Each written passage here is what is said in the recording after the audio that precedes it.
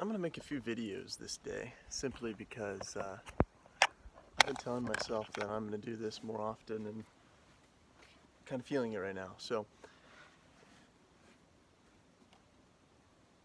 Tai Chi being purposefully performative movement.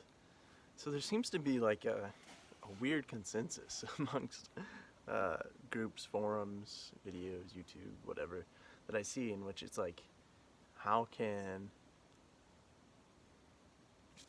we make this Tai Chi practice look as uniform and as like, I don't know, lame as possible. That being said, I feel resistance to say that to myself because they're in the subtleties of doing the form. There's so much like potency, so much little magic happening if you can notice how someone is creating a spiral very lightly through the arm rather than, making a real visual movement. If you can notice the subtleties. So a teacher, I'm going to keep referencing teachers in these videos because, I mean, people go to them for a reason, surely. So I like to consider what they say. So maybe you should consider this also. What they said to me was, and this was not their original idea either, they got it from their teacher, is don't mimic, be careful mimicking old men. So then also they said to me, long is strong, and be careful mimicking old men. Now this was Edward Hines, he's a Bhagwad practitioner. And I think that really changed my practice in that moment. All of a sudden I started stretching in lengthy ways. I was always trying to like make it only small. My teacher, I love him, and every moment with him has been incredible. But he does have that really strong emphasis on the subtleties. And that's just where he is in his practice. Some people are other places, so here I am. This is where I'm in my practice, is an encouragement of being purposefully performative and doing things, that reach that other extreme, rather than just like a uniformity and like so elusive that someone may not be able to see what's actually happening. I've shown people videos of my teacher moving, and they're like, I don't really get it. Like, it just looks like an old guy moving really slow. Can he move any faster than that? And what you don't see at that point is someone who can probably move faster than me, is probably stronger than me, is 70 plus years old, and he has such coordination with his movement, but you don't have the eyes for that. If you don't have the eyes for coordination or seeing, what magic is happening to make Michael Jordan a successful basketball player. If you're not, you might just see a bunch of people running across the court, but you see, if you have an eye for basketball, then you see the way he's moving, the way he's handling the ball, defense, offense. You see the differences. Rather here, we're seeing the differences in the mechanics, the body mechanics that are being expressed in Tai Chi. So if we only practice in this uniform way, which seems to be what another person has said was maybe the result of some Christian or Western influence, which, hey, listen, listen up. What do we have a whole lot of here in the West and in our practices is rigidness, uprightness, and uniformity.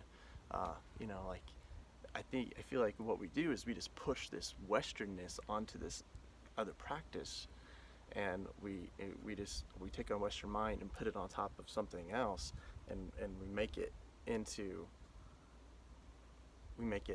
a Western practice, which is fine. There's probably plenty of benefits of simply just moving your body, but not to discount the benefits of doing something other than just putting your Western mind on top of that, but maybe actually looking at it for what it was, and what it is, and what it can be, or what past people had the intention of before Western influence, or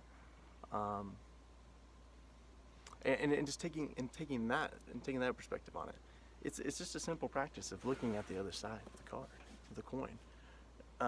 There's such a strong uniformity push, and amongst Tai Chi, it's like which style's right or whatever, and my style's better than yours because of this lineage, whatever.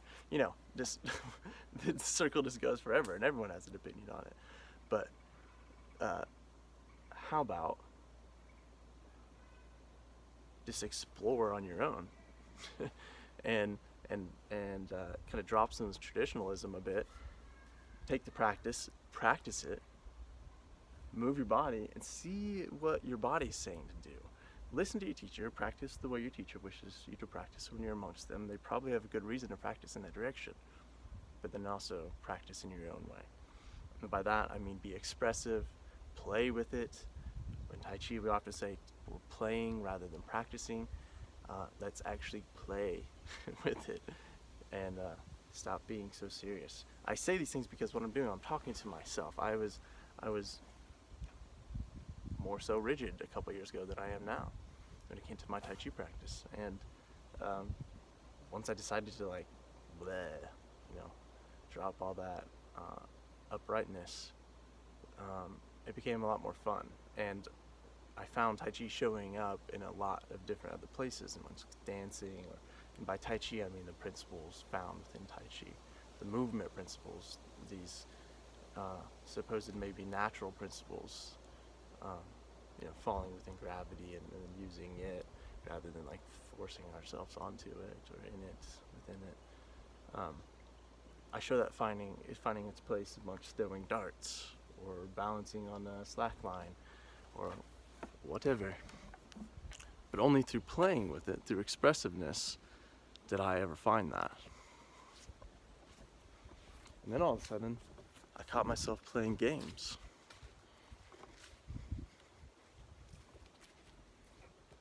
I don't know who threw these ones. Probably me. From a good ways away.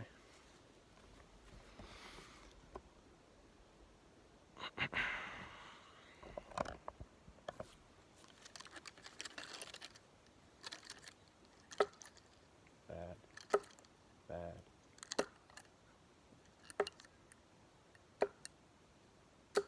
Hey, it was at least consistently high.